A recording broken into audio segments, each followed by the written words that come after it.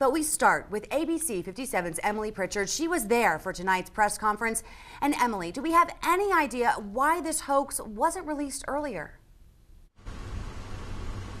Well, Kim and Brian, Jack Swarbrick said tonight that Manti Te'o and his family were actually planning on releasing the story themselves next week, but they were beat to the punch today by the Deadspin article. But Notre Dame gave us a clearer picture tonight of the timeline of events on how this all unfolded from hearing from Jack Swarbrick tonight. And he tells us that Manti Te'o and Lenny Kukua never actually met in person, that they only talked online and extensively on the phone. Te'o says he didn't suspect anything until he got a phone call on his awards tour coming from his believed deceased girlfriend's phone number. Now, Swarbrick says Te'o told his family over Christmas break and eventually called his coaches on December 26th. Now, Notre Dame did hire a private investigation firm, and that firm gave the university its findings on January 4th before Swarbrick shared the results with Te'o and his parents in Miami. And the athletic director said tonight that it does appear that Te'o was a target. Manti lives his life on his sleeve. I mean, he is out there. And as I said earlier, and I don't think this was an accident, they understood, given the nature, pretty extraordinary nature of this man, the more trouble she was in, car accident, diagnosis of leukemia, failing health, the more engaged he would become. And Swarbrick did say tonight that this is Manti Te'o's story to tell. And believe it or not, we may hear from Te'o as soon as tomorrow. And coming up for you all new tonight at 11, hear what Swarbrick had to say about maybe impossible legal actions that would be taken in this case. Reporting live from Notre Dame Stadium, I'm Emily Pritchard, ABC 57 News. Believable or not, Te'o says he is the victim of an elaborate hoax. He even admitted to Katie Couric in her exclusive interview. He kept the story going longer than he needed. And today we watched the response along with Notre Dame student Jeff Liptak. This girl who I committed myself to died on September 12th. Now I get a phone call on December 6th saying that she's alive, and then I'm going to be put on national TV 2 days later, and they ask me about the same question. You know, what would you do? And just kind of what's your reaction to seeing that? Well, to seeing that, I think, you know, the answer he gave, it certainly, I think it's one where he's maybe trying to cover himself.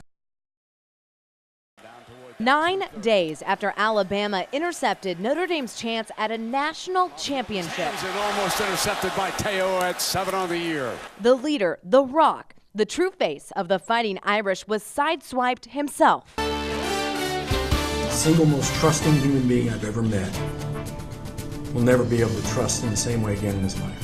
Right now, breaking news out of Notre Dame. Administrators say standout linebacker Manti Te'o was the victim of a cruel hoax. Te'o's girlfriend, Lene Kukua, believed to have passed away in September after a battle with leukemia, never existed. The person behind Kukua was actually this man, Renaya Tuasasopo. Blarney duped hoax. After the headlines of the elaborate scheme spread nationwide, everyone was just waiting for Te'o to break his silence. At the time, he was training for the NFL draft at the IMG Training Academy in Florida. Were you in any way part of this?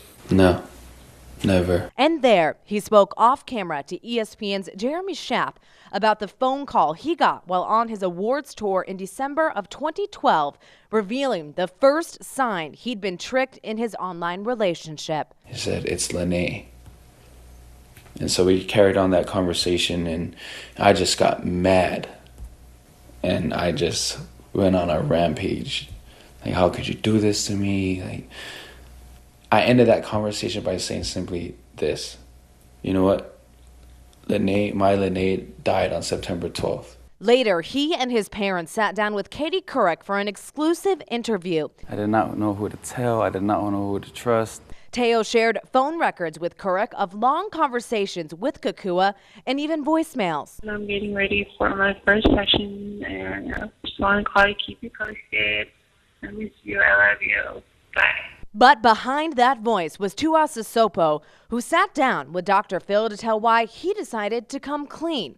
I wanted to end it because after everything I had gone through, I finally realized that I just had to move on with my life and how to get, you know, my real me, Renai. I had to start just living and let this go. There's no doubt Teo's life changed as the NFL draft approached. Recruits packed the bleachers for Notre Dame's Pro Day. Many feared the recent revelation would hurt his stock. The San Diego Chargers proudly select Manti Teo, linebacker, Notre Dame. The San Diego Chargers took Teo as the 38th pick overall in the second round. I think after the couple months that I've been through, I think I'm pretty prepared.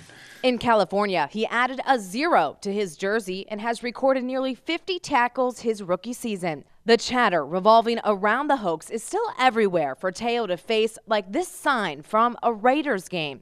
But just recently, the former Irish says he's ignored the flack of his fake girlfriend, according to the Associated Press, and that has not impacted his mediocre start in the NFL. Reporting from Notre Dame, Emily Pritchard, ABC 57 News.